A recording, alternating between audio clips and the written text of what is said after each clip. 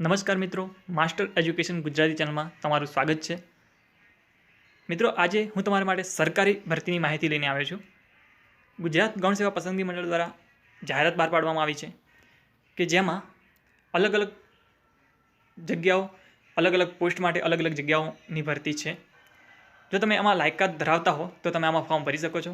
આ ગુજરાત ગૌણ સેવા પસંદગી મંડળની જાહેરાત છે, જેના ફોર્મ તારીખ 5/2/2021 એટલે કે આજે ભરાવાના શરૂ થયા છે 2 વાગ્યાથી।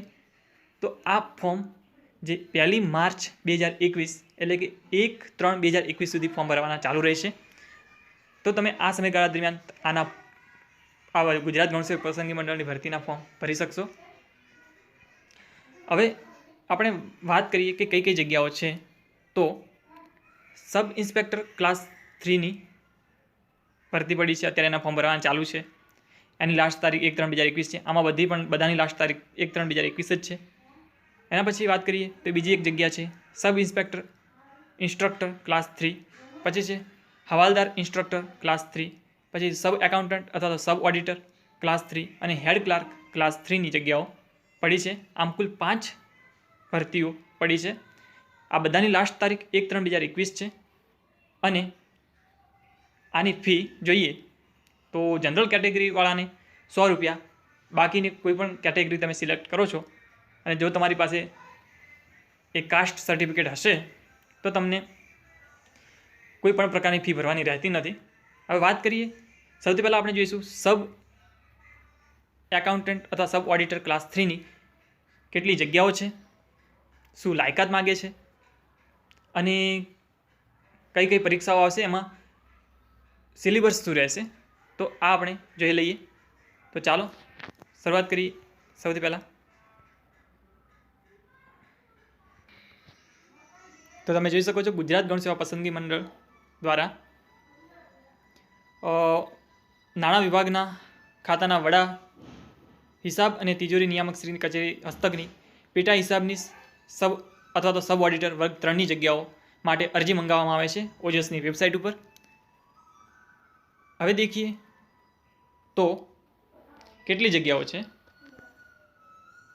તો સબ ઓડિટર માટેની જગ્યાઓ દેખીએ તો કુલ 320 જગ્યાઓ છે, જેમાં બિન અનામતની સામાન્ય 90 અને મહિલા 43, આર્થિક રીતે નબળા વર્ગની સામાન્ય 22, મહિલા 10, સામાજિક અને શૈક્ષણિક રીતે પછાત વર્ગની સામાન્ય 58, મહિલા 28, અનુસૂચિત જાતિની સામાન્ય 15, મહિલા 7, અનુસૂચિત જનજાતિ સામાન્ય 32, મહિલા 15 અને કુલ જગ્યાઓ પૈકી માજી સૈનિક 32 અને શારીરિક રીતે ખોડખાપણ ધરાવતા 9 જગ્યાઓ કુલ જગ્યાઓ છે। હવે આગળ વાત કરીએ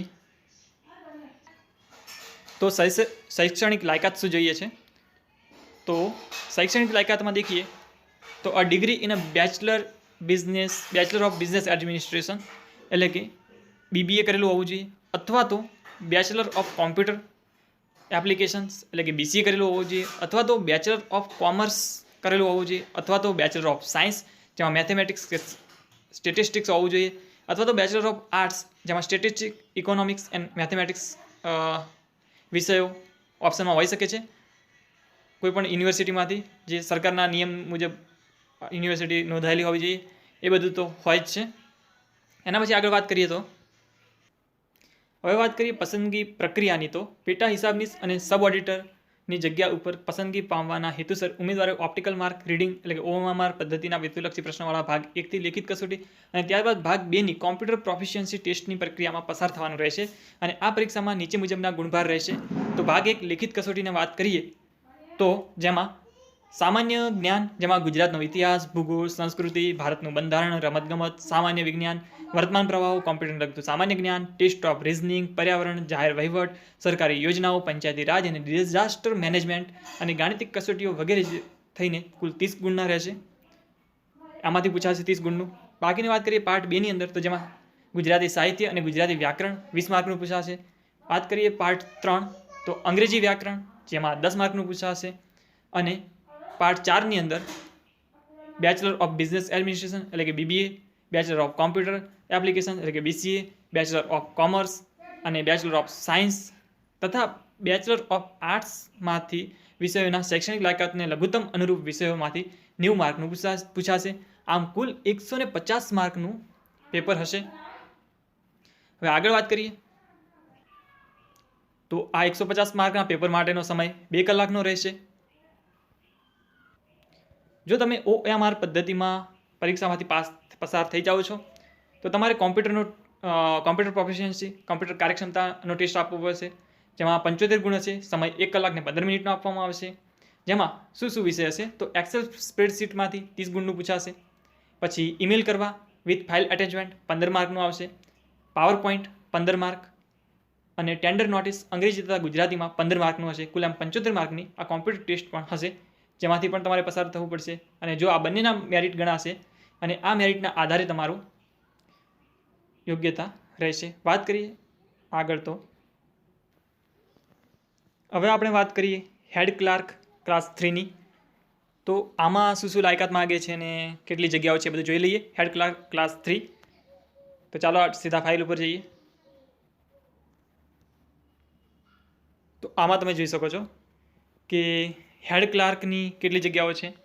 તો અલગ અલગ કેટેગરી વાઇઝ અહીંયા જે વિભાગો છે એની માહિતી આપી છે. આપણે છેલ્લે જઈએ તો કુલ 157 જગ્યાઓ છે. બિન અનામત અને EWS અને સામાજિક અને શૈક્ષણિક રીતે પછાત વર્ગ.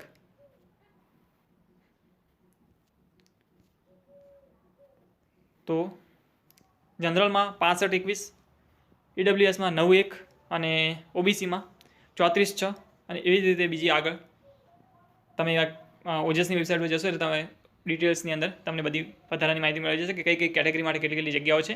તો તમે જોઈ લેજો. હવે વાત કરીએ તો શૈક્ષણિક લાયકાતની અંદર જોઈએ તો સીધી ભરતીથી પસંદગી પ્રક્રિયામાં નિમણૂક પત્ર થવા માટે ઉમેદવારે એટલે કે બેચલર ડિગ્રી એટલે કે તમે ગ્રેજ્યુએશન કરેલું હોવું જોઈએ. જો તમે ગ્રેજ્યુએશન કરેલું હશે તો તમે આમાં ફોર્મ ભરી શકશો.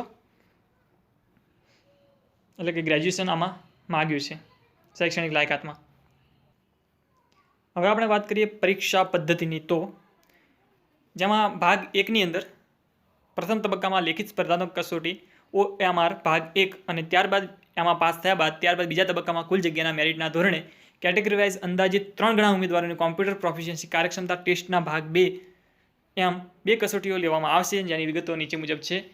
તો ભાગ 1 લેખિત કસોટી ઓપ્ટિકલ માર્ક રીડિંગ માટે કુલ 200 ગુણનું પેપર રહેશે અને સમય પણ 2 કલાકનો રહેશે. હવે સામાન્ય જ્ઞાન કે જેની અંદર ગુજરાતનો ઇતિહાસ, ગુજરાતની ભૂગોળ, કલા અને સંસ્કૃતિ, ભારતનું બંધારણ, સામાન્ય વિજ્ઞાન, વર્તમાન પ્રવાહો, ભારત અને ગુજરાત, કોમ્પ્યુટરને લગતું બેઝિક જ્ઞાન, પર્યાવરણ, જાહેર વહીવટ, સરકારી યોજનાઓ, પંચાયતી રાજ અને ડિઝાસ્ટર મેનેજમેન્ટમાંથી કુલ 80 માર્કનું પૂછાશે. બીજું કે ગુજરાતી વ્યાકરણ અને સાહિત્યમાંથી 50 માર્કનું પૂછાશે. અંગ્રેજી વ્યાકરણમાંથી 40 માર્કનું પૂછાશે અને ક્વોન્ટિટેટિવ એપ્ટિટ્યૂડ અને ટેસ્ટ ઓફ રિઝનિંગમાંથી 30 ગુણનું પૂછાશે. આમ કુલ 200 ગુણનું પેપર રહેશે અને 120 મિનિટનો સમય રહેશે. જો તમે આ OMRમાં પાસ થઈ જાઓ છો તો તમારે કોમ્પ્યુટરની પરીક્ષા આપવાની રહેશે. જેમાં દેખીએ તો કોમ્પ્યુટર માટે શું છે તો કે પેપર 2 રહેશે, ગુણ 100 માર્ક, સમય 1 કલાક ને 30 મિનિટનો રહેશે.